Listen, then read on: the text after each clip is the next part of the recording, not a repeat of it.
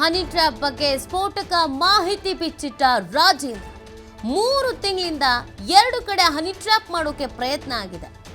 ಮಧುಗಿರಿ ನಿವಾಸ, ಬೆಂಗಳೂರಿನ ಸರ್ಕಾರಿ ನಿವಾಸದಲ್ಲಿ ಯತ್ನಿಸಲಾಗಿದೆ. ಯಾರು ಅಂತ ಇಲ್ಲಿ ಹೇಳೋದು ಹೇಗೆ? ತನಿಖೆ ಆಗಲಿ, ಎಲ್ಲ ಹೊರಗೆ ಬರುತ್ತೆ ಅಂತ ಹೇಳಿದ್ದಾರೆ. ಕಾಂಗ್ರೆಸ್ ಎಂಎಲ್ಸಿ ರಾಜೇಂದ್ರ ಈ ಸ್ಟೇಟ್ಮೆಂಟ್ ಅನ್ನು ಕೊಟ್ಟಿದ್ದಾರೆ. ಹೇಗೆ ಟ್ರ್ಯಾಪ್ ಮಾಡಲಾಯಿತು, ಎಷ್ಟು ದಿನದಿಂದ ಟ್ರ್ಯಾಪ್ ಮಾಡಲಾಯಿತು ಅನ್ನೋದ್ರ ಬಗ್ಗೆ ಮಾಹಿತಿ ಹೇಳ್ತಾ ಇದ್ದಾರೆ. ಯಾರು ಅಂತ ಇಲ್ಲಿ ಹೆಂಗೆ ಹೇಳಲಿ ಅಂತ ಕೂಡ ಅವರು ಹೇಳ್ತಾ ಇದ್ದಾರೆ. ಈ ಟ್ರ್ಯಾಪ್ ಮಾಡೋದಕ್ಕೆ ಯಾವ ಥರದ್ದು ಪ್ರಯತ್ನ ಆಯಿತು, ಎಲ್ಲೆಲ್ಲಿ ಈ ಟ್ರ್ಯಾಪ್ ಮಾಡೋ ಕೆಲಸ ಆಯಿತು ಅನ್ನೋದ್ರ ಬಗ್ಗೆ ಮಾತನಾಡಿದ್ದಾರೆ. ಆಗಿದೆ, ಒಂದು 2-3 ತಿಂಗಳಿಂದ ಆಗಿದೆ ಅಂತ. ಯಾರು ಬಂದಿದ್ದಾರೆ, ಈಗ ಏನಾಗುತ್ತೆ, ವಿಸಿಟರ್ಸ್ ಬಂದಾಗ ಇಂಥವ್ರೆ ಅಂತ ನಾವು ಇದು ಮಾಡೋಕ್ಕಾಗೋದಿಲ್ಲ, ಆಯಿತಾ. ಸೊ ಯಾರು ಬಂದಿದ್ದಾರೆ, ಬಂದಿಲ್ಲ ಅಂತ ನಾವೇನು ಅಲ್ಲೆಗಿಳಿಯೋಕೆ ಹೋಗೋದಿಲ್ಲ. ಬಂದಿದ್ದಾರೆ, ಇಲ್ಲಿಗೂ ಬಂದಿದ್ದಾರೆ, ಮಧುಗಿರಿ ಮನೆ ಹತ್ರಕ್ಕೂ ಬಂದು ಹೋಗಿದ್ದಾರೆ ಅಂತ ಮಾಹಿತಿ ಇರೋವಂಥದ್ದು. ಸೊ ಬಂದಿದ್ದಾರೆ, ಪ್ರಯತ್ನ ಮಾಡಿದ್ದಾರೆ, ಪ್ರಯತ್ನ ಸಕ್ಸಸ್ ಆಗಿಲ್ಲ. ಓಕೆ, ಸೊ ಬಂದಿದ್ದಾರೆ, ಪ್ರಯತ್ನ ಮಾಡಿದ್ದಾರೆ, ಆಗಿಲ್ಲ. ಅದರಿಂದ ಅದು ನಮಗೆಲ್ಲ ಒಂದು ಕಡೆ ಆಗ್ತಾ ಇದೆ ಇದು ಅನ್ನೋವಂಥ ಮಾಹಿತಿ ಬಂದಂಥ ಸಂದರ್ಭದಲ್ಲಿ ಅದನ್ನು ಮಾನ್ಯ ಸಚಿವರು ಅವತ್ತು ಅದನ್ನು ತನಿಖೆಗೆ ಒಳಪಡಿಸಬೇಕು ಅಂತ ಅಸೆಂಬ್ಲಿಯಲ್ಲಿ ಮಾತಾಡ್ತಾರೆ. ಯಾವ ರೀತಿ ಅಪ್ರೋಚ್ ಆಗಿದ್ರು ಅಥವಾ ಅವ್ರ ಉದ್ದೇಶ ಏನು? ಈಗ ಅಪ್ರೋಚ್ ಮೀನ್ಸ್ ಏನಾಗುತ್ತೆ ಅಂದರೆ, ಪಬ್ಲಿಕ್ ಜನರೇ ಹೇಗೆ ಬರ್ತಾರೆ, ಏನೋ ನಮ್ಮ ಕೆಲಸ ಇದೆ ಮಾಡಿಕೊಡಿ ಅಂತ ಬರ್ತಾರೆ. ಸೊ ಬಂದಂಥ ಸಂದರ್ಭದಲ್ಲಿ ವಿಡಿಯೋಗಳು ಆನ್ ಮಾಡೋವಂಥದ್ದು, ರೆಕಾರ್ಡಿಂಗ್ ಮಾಡೋವಂಥದ್ದು ಆಗಿದೆ ಅನ್ನೋವಂಥ ಭಾವನೆ ಮಾನ್ಯ ಸಚಿವರಲ್ಲಿ ಇರುವಂಥದ್ದು. ಸೊ ಅದು ಇದ್ರ ಮೇಲೆ ಅವರು ಪ್ರಸ್ತಾಪವನ್ನು ಮಾಡಿದ್ದಾರೆ. ಯಾರು ಸರ್ ಅವರು? ಹಿಂದೆ ಯಾರಾದರೂ ಇದ್ದಾರಾ? ತನಿಖೆ ಆಗಲಿ. ಈ ಬಗ್ಗೆ ಮತ್ತಷ್ಟು ಮಾಹಿತಿಯನ್ನು ನೀಡ್ತಾರೆ ನಮ್ಮ ಪ್ರತಿನಿಧಿ ಶಿವು. ಹನಿ ಟ್ರ್ಯಾಪ್ ಸಿಕ್ಕಾಬಟ್ಟೆ ಸದ್ದು ಮಾಡ್ತಾ ಇದೆ ರಾಜಕೀಯದಲ್ಲಿ. ಈಗ ಯಾವ ರೀತಿ ಟ್ರ್ಯಾಪ್ ಆಯಿತು, ಹೇಗೆ ಟ್ರ್ಯಾಪ್ ಮಾಡೋಕ್ಕೆ ಪ್ರಯತ್ನ ಪಡಲಾಯಿತು, ಅದಕ್ಕೆ ಸಾಕ್ಷಿಗಳಿದೆ ಅಂತ ರಾಜಣ್ಣ ಅವ್ರ ಪುತ್ರ ಹೇಳ್ತಾ ಇದ್ದಾರೆ. ಸೊ ಈ ಸಾಕ್ಷಿಗಳು ಇದ್ದಿದ್ದೇ ಆಗಿದ್ದಲ್ಲಿ ತನಿಖೆ ಹೇಗೆ ನಡೀಬಹುದು, ತನಿಖೆಗೆ ಹೇಗೆ ಸಹಕಾರಿ ಆಗಬಹುದು ಅಂತ.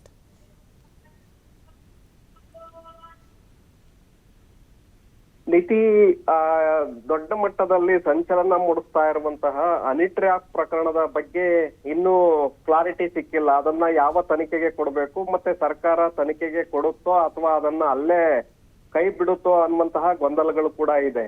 ಈಗಾಗಲೇ ಹೈಕಮಾಂಡ್, ಕಾಂಗ್ರೆಸ್ ಹೈಕಮಾಂಡ್ಗೂ ಕೂಡ ಈ ವಿಚಾರ ತಲುಪಿದೆ.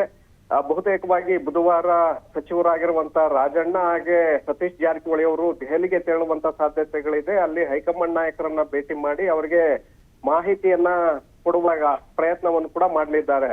ಅದಕ್ಕೆ ಪೂರಕವಾಗಿ ಇವತ್ತು ನಿನ್ನೆ ಮುಖ್ಯಮಂತ್ರಿಗಳನ್ನ ರಾಜಣ್ಣ ಅವರ ಪುತ್ರ ಎಂಎಲ್ಸಿ ರಾಜೇಂದ್ರ ಅವರು ಭೇಟಿಯನ್ನ ಮಾಡಿದ್ದಾರೆ. ಅವರಿಗೆ ಸಾಕ್ಷಿಗಳನ್ನ ಕೂಡ ವರ್ಗಿಸಿದ್ದಾರೆ. ಅಂದ್ರೆ ತಮ್ಮ ತಂದೆಯವರ ಮೇಲೆ ಯಾವ ರೀತಿಯಾದಂತ ಪ್ರಯತ್ನ ಆಯ್ತು, ನಮ್ಮ ಮೇಲೆ ಯಾವ ರೀತಿಯಾದಂತ ಪ್ರಯತ್ನವನ್ನ ಮಾಡಲಾಗಿದೆ ಅನ್ನುವಂತ ಸಾಕ್ಷ್ಯಗಳನ್ನ ಮುಖ್ಯಮಂತ್ರಿಗಳಿಗೆ ನೀಡಿದ್ದಾರೆ.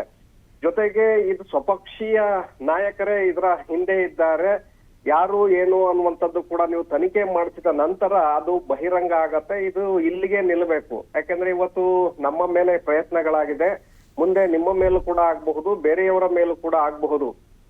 ಪಕ್ಷಾತೀತವಾಗಿ ಎಲ್ಲ ನಾಯಕರು ಕೂಡ ಯಾರು ಪ್ರಬಲರಾಗಿರ್ತಾರೆ ಅಂತವರನ್ನ ಟಾರ್ಗೆಟ್ ಮಾಡುವಂತ ಒಂದು ಪ್ರಯತ್ನ ಈ ರೀತಿಯಾಗಿ ಮಾಡ್ಲಾಗ್ತಾ ಇದೆ. ಇದು ಸರಿಯಲ್ಲ, ಇದಕ್ಕೆ ಬ್ರೇಕ್ ಬೀಳಲೇಬೇಕು. ಹಾಗಾಗಿ ತಂದೆಯವರು ಕೂಡ ಅದನ್ನೇ ಒತ್ತಾಯ ಮಾಡಿದ್ದಾರೆ.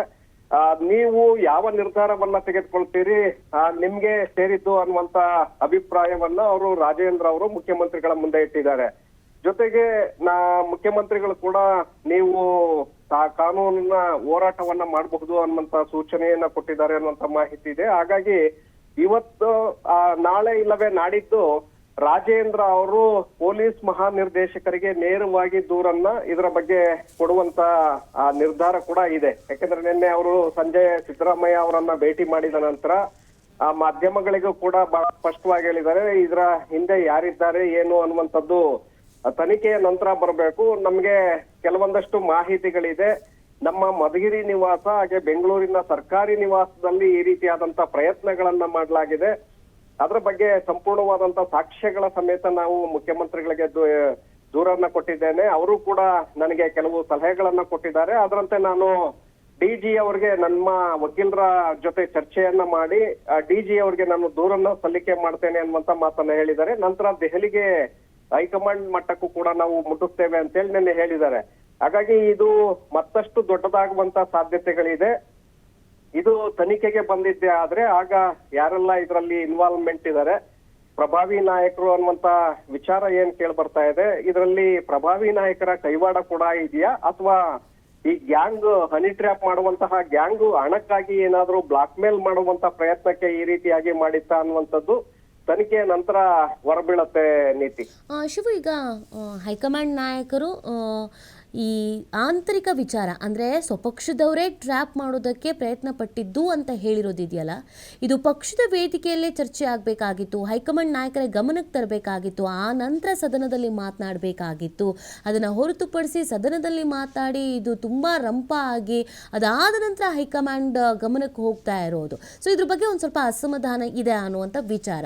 ಸೊ ರಾಜಣ್ಣ ಅವರು ಈಗ ಹೈಕಮಾಂಡ್ ಗಮನಕ್ಕೆ ತರೋದಕ್ಕೆ ಈಗ ಪ್ರಯತ್ನ ಪಡ್ತಾ ಇರೋದು. ಮೊದಲೇ ಮಾಡಿದರೆ ಮೋಸ್ಟ್ಲಿ ಇದು ಇಷ್ಟರ ಮಟ್ಟಿಗೆ ಹಾದಿರಂಪ ಬೀದಿರಂಪ ಆಗ್ತಿರ್ಲಿಲ್ಲ ಅಂತ ಅನ್ಸುತ್ತೆ. ಸೊ ಹೈಕಮಾಂಡ್ ಕಡೆಯಿಂದ ಯಾವ ಥರದ ರೆಸ್ಪಾನ್ಸ್ ಬರಬಹುದು ಅಂತ ನೀತಿ ಸದನದಲ್ಲಿ ರಾಜಣ್ಣ ಅವರು ಎಲ್ಲೂ ಕೂಡ ವಿಚಾರವನ್ನ ಪ್ರಸ್ತಾಪ ಮಾಡಿರಲಿಲ್ಲ. ಮೊದಲಿಗೆ ಸದನದಲ್ಲಿ ಪ್ರಸ್ತಾಪ ಮಾಡಿದಂತವ್ರು ಬಿಜೆಪಿ ಶಾಸಕರಾಗಿರುವಂತ ಸುನಿಲ್ ಕುಮಾರ್ ಅವರು. ಯಾಕಂದ್ರೆ ಮಾಧ್ಯಮಗಳಲ್ಲಿ ಯಾವಾಗ ಈ ವಿಚಾರ ಸದ್ದು ಮಾಡ್ತೋ ಪ್ರಭಾವಿ ಸಚಿವರ ಮೇಲೆ ಪ್ರಭಾವಿ ನಾಯಕರ ಕಡೆಯಿಂದ ಹನಿ ಟ್ರ್ಯಾಪ್ ಆಗಿದೆ ಅನ್ನುವಂತ ವಿಚಾರಗಳು ಮಾಧ್ಯಮಗಳಲ್ಲಿ ಹೋಗ್ತಾ ಇದೆ. ಹಾಗಾಗಿ ಇದರ ಬಗ್ಗೆ ಕ್ಲಾರಿಟಿ ಸಿಗ್ಬೇಕು, ಈ ರೀತಿಯಾದಂತ ಒಂದು ಪ್ರಯತ್ನಗಳಾಗಬಾರ್ದು. ಹಾಗಾಗಿ ಯಾರು ಏನು ಎತ್ತ ಅನ್ನುವಂಥದ್ದನ್ನ ಪತ್ತೆ ಹಚ್ಚಬೇಕಾಗತ್ತೆ. ಹಾಗಾಗಿ ನೀವು ತನಿಖೆಗೆ ಕೊಡಬೇಕು ಅಂತೇಳಿ ಬಿಜೆಪಿ ಶಾಸಕ ಸುನಿಲ್ ಕುಮಾರ್ ಮೊದಲ ದಿನ ಸದನದಲ್ಲಿ ಈ ವಿಚಾರವನ್ನ ಪ್ರಸ್ತಾಪ ಮಾಡ್ತಾರೆ ಕೊನೆಯ ಘಟ್ಟದಲ್ಲಿ.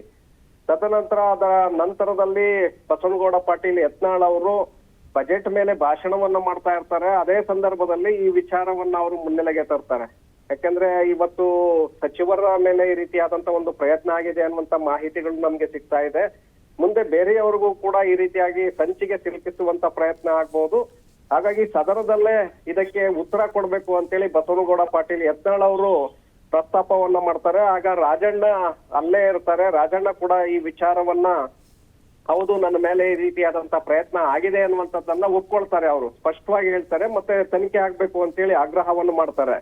ಪರಮೇಶ್ವರ್ ಇದ್ರ ಬಗ್ಗೆ ನಾವು ದೂರನ್ನ ಕೊಟ್ಟಿದ್ದೆ ಆದ್ರೆ ನಾನು ಉನ್ನತ ಮಟ್ಟದ ತನಿಖೆಯನ್ನ ಮಾಡಿಸ್ತೇನೆ ಅಂತೇಳಿ ಪರಮೇಶ್ವರ್ ಅವರು ಕೂಡ ಹೇಳ್ತಾರೆ. ಆದ್ರೆ ತನಿಖೆಗೆ ಪರಮೇಶ್ವರ್ ಕೂಡ ಆ ಕಡೆ ಒಪ್ಪೋದಿಲ್ಲ, ಮತ್ತೊಂದು ಕಡೆ ರಾಜಣ್ಣ ಅವರು ಕೂಡ ದೂರನ್ನ ಕೊಡೋದಿಲ್ಲ. ಸೊ ಹಾಗಾಗಿ ಗೊಂದಲ ಇನ್ನೂ ಮುಂದುವರೆದಿದೆ. ಕಾರಣ ಹೈಕಮಾಂಡ್ ಮಧ್ಯಪ್ರವೇಶವನ್ನ ಮಾಡಿ ಇದನ್ನ ನಾಯಕರಿಗೆ ಹೇಳಿ ಪಕ್ಷದ ಮರ್ಯಾದೆ ಹೋಗುತ್ತೆ, ಸರ್ಕಾರಕ್ಕೆ ಡ್ಯಾಮೇಜ್ ಆಗತ್ತೆ ಅನ್ನುವಂತ ಕಾರಣಕ್ಕೆ ಇಬ್ಬರು ನಾಯಕರನ್ನ ತಡೆದಿದೆ ಅನ್ನುವಂತ ಮಾಹಿತಿಗಳಿದೆ. ಇದರ ಜೊತೆಗೆ ಕಳೆದ 15 ದಿನಗಳ ಹಿಂದೆನೆ ರಾಜಣ್ಣ ಅವರು ದೆಹಲಿಗೆ ತೆರಳಿದಂತ ಸಂದರ್ಭದಲ್ಲಿ ವೇಣುಗೋಪಾಲ್ ಅವರ ಗಮನಕ್ಕೆ ಈ ವಿಚಾರವನ್ನ ಮೌಖಿಕವಾಗಿ ತಂದಿದ್ರು ಅನ್ನುವಂಥದ್ದು ಕೂಡ ಇದೆ. ಯಾಕಂದ್ರೆ ಈ ರೀತಿಯಾದಂತ ಪ್ರಯತ್ನಗಳಾಗ್ತಾ ಇದೆ, ಇದಕ್ಕೆ ನೀವು ಬ್ರೇಕ್ ಹಾಕ್ಬೇಕು, ಈ ರೀತಿಯಾಗಿ ನಡಿಬಾರ್ದು, ಅದನ್ನ ನಿಮ್ಮ ಗಮನಕ್ಕೆ ತರ್ತಾ ಇದ್ದೇನೆ ಅಂತೇಳಿ ರಾಜಣ್ಣ ಅವರು ಹಿಂದೆನೆ ವೇಣುಗೋಪಾಲ್ ಅವರ ಗಮನಕ್ಕೆ ಈ ವಿಚಾರವನ್ನ ತಂದಿದ್ರು. ಆದ್ರೆ ಅದು ಎಲ್ಲೂ ಕೂಡ ಸದ್ದು ಮಾಡಿರ್ಲಿಲ್ಲ, ಆ ವಿಚಾರ ಕೂಡ ಗೊತ್ತಾಗಿರ್ಲಿಲ್ಲ. ಆದ್ರೆ ಸದನದಲ್ಲಿ ಯಾವಾಗ ಪ್ರಸ್ತಾಪ ಆಯ್ತು ಆಗ ಈ ವಿಚಾರ ಮುನ್ನೆಲೆಗೆ ಬರುತ್ತೆ. ಹಾಗಾಗಿ ಪಕ್ಷ ಮತ್ತೆ ಸರ್ಕಾರ ಎರಡನ್ನೂ ಕೂಡ ದೃಷ್ಟಿಯಲ್ಲಿ ಇಟ್ಕೊಂಡು ಡ್ಯಾಮೇಜ್ ಆಗುತ್ತೆ ಅನ್ನುವಂತ ಕಾರಣಕ್ಕೆ ಇಲ್ಲಿಯವರೆಗೂ ಕೂಡ ತನಿಖೆಗೆ ಕೊಟ್ಟಿಲ್ಲ. ರಾಜಣ್ಣ ಅವರು ಕೂಡ ದೂರನ್ನ ಸಲ್ಲಿಕೆ ಮಾಡಿಲ್ಲ. ಈಗ ಬುಧವಾರ ದೆಹಲಿಗೆ ತೆರಳಿದ ನಂತರ ಅಲ್ಲಿ ಹೈಕಮಾಂಡ್ ನಾಯಕರನ್ನ ಭೇಟಿ ಮಾಡಿದ ನಂತರ ಇದಕ್ಕೆ ಒಂದು ಕ್ಲಾರಿಟಿ ಸಿಗುವಂತ ಸಾಧ್ಯತೆಗಳಿದೆ ನೀತಿ. ಅಲ್ಲಿಯವರೆಗೂ ಕೂಡ ಈ ಗೊಂದಲ ಹಾಗೆ ಮುಂದುವರಿಯುತ್ತೆ. ಆದ್ರೆ ರಾಜೇಂದ್ರ ಅವರು ಒಂದು ಕಡೆ ಫಿಕ್ಸ್ ಆದಂತೆ ಕಾಣಿಸ್ತಾ ಇದೆ ದೂರನ್ನ ಕೊಡೋದಕ್ಕೆ. ದೂರು ಕೊಟ್ಟ ನಂತರ ತನಿಖೆ ಆಗ್ಬೇಕಾಗತ್ತೆ. ಆಗ ನ್ಯಾಯಾಂಗ ತನಿಖೆಯನ್ನ ಮಾಡ್ಲಾಗತ್ತ ಅಥವಾ SIT ತನಿಖೆಯನ್ನ ಮಾಡ್ಲಾಗತ್ತ, ನಂತರದಲ್ಲಿ ಗೊತ್ತಾಗತ್ತೆ ನೀತಿ. ಓಕೆ, ಥ್ಯಾಂಕ್ ಯು ಶಿವ, ತಮ್ಮ ಡೀಟೇಲ್ಸ್ಗಾಗಿ.